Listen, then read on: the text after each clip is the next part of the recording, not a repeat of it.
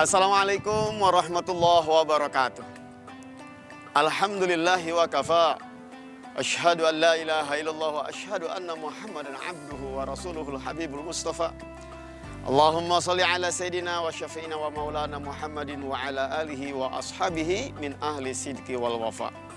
Wa ba'du, para pemirsa yang dimuliakan Allah Subhanahu wa taala yang sangat saya cintai. Ramadan adalah saatnya kita menumpahkan seluruh cinta kita kepada Allah Subhanahu wa taala, agar Allah melimpahkan cintanya kepada kita. Namun ingat, untuk bisa kita buka jendela cinta Allah Subhanahu wa taala, lalu kita menikmati cinta Allah kepada kita, Allah Subhanahu wa taala mengatakan kepada Rasulnya, "Qul in kuntum tuhibbunallaha fattabi'uni yuhibbukumullahu wa yaghfir lakum dzunubakum."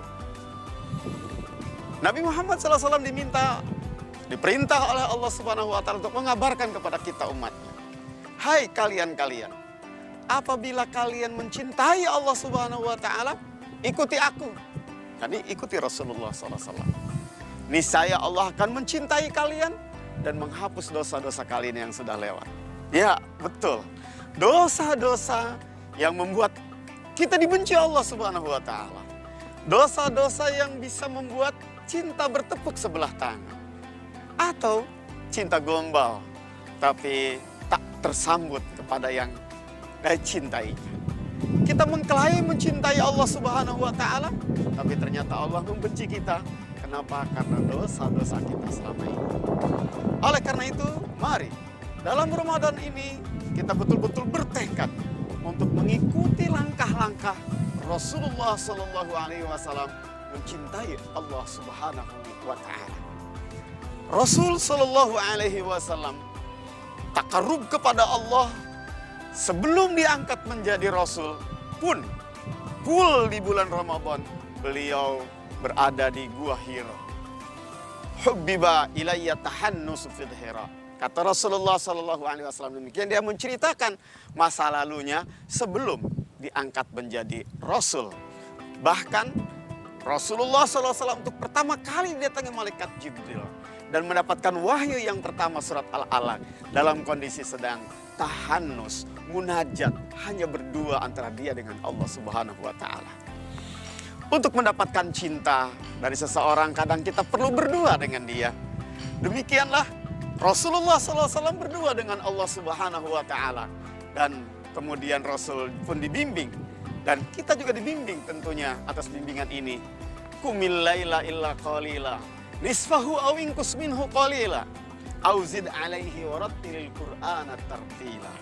Ada dua hal yang Rasulullah SAW dibimbing agar semakin dicintai Allah, yaitu qiyamul lail. Di tengah malam pada saat semua orang tidur, dia munajat kepada Allah Subhanahu wa taala. Berdoa kepada Allah.